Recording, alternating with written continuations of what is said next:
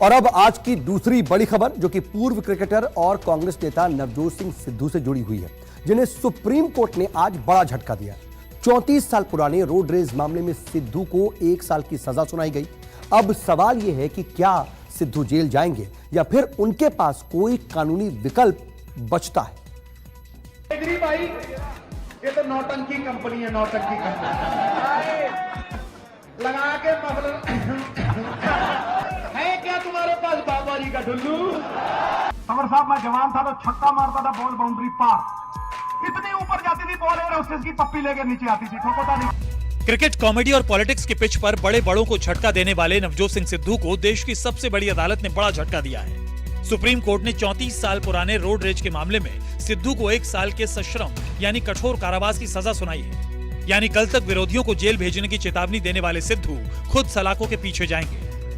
Curative petition है, वो curative डाल सकते हैं जी कि जो 5 जजों के पास जाएगी, 3 जज सर्टिफाई करेंगे वगैरह वगैरह वगैरह। तो that is the only remedy जो कि उनको जिसको कहते हैं क्यूरेटिव। जी हाँ, उनको जेल जाना में पड़ेगा। बैठ के उनको क्यूरेटिव फाइल कर सकते हैं। हाँ हाँ, अच्छा।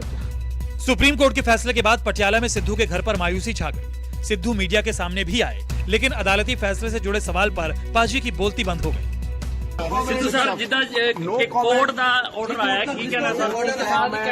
No comment. देखिए हालांकि सजा सुनाए जाने के तुरंत बाद सिद्धू ने फैसले का सम्मान करने की बात कही। उन्होंने ट्वीट किया, कानून का पालन करूंगा। रोड रेज केस में सिद्धू को सजा सुनाने के लिए सुप्रीम कोर्ट को अपने ही पुराने फैसले को बदलना पड़ा। दरअसल 1988 में सिद्धू ने पटियाला में 65 साल के बुजुर्ग गुरनाम सिंह से मारपीट की थी। अस्पताल में गुरनाम सिंह की मौत हो गई। सिद्धू और उनके दोस्त कंवर संधू को हाईकोर्ट ने गैर इरादतन हत्या का दोषी माना। हाईकोर्ट ने दोनों को 3-3 साल की सजा सुनाई। जुलाई 2018 में सुप्रीम कोर्ट ने संधू को पूरी तरह बरी कर दिया, जबकि सिद्धू को सिर्फ मारपीट का दोषी माना और 1000 रुपए जुर्माने की सजा दी। इसी फैसले पर पुनर्विचार याचिका दाखिल की गई थी। अब इस मामले में सुप्रीम कोर्ट ने सिद्धू को 1 साल की सजा सुनाई है। सुप्रीम कोर्ट में आने के बाद उन्होंने यहाँ पे उनकी जस्टिस चलमेश्वर और जस्टिस कौल के बेंच ने उनकी अपील मंजूर कर ली और अपील मंजूर करके उन्होंने कहा कि ये 323 का केस है और 1000 रुपया जुर्माना दे के छोड़ दिया। उस फैसले के बरखिलाफ हमने रिव्यू पिटीशन डाला, जिस रिव्यू पिटीशन में ये फैसला आज आया है, जिसमें उन्होंने कहा कि इनको 1 साल रिगरस इम्प्रिजनमेंट देनी होगी। सुप्रीम कोर्ट से सिद्धू को सजा सुनाए जाने के बाद उनके सियासी विरोधियों के पौ बारह हो गए।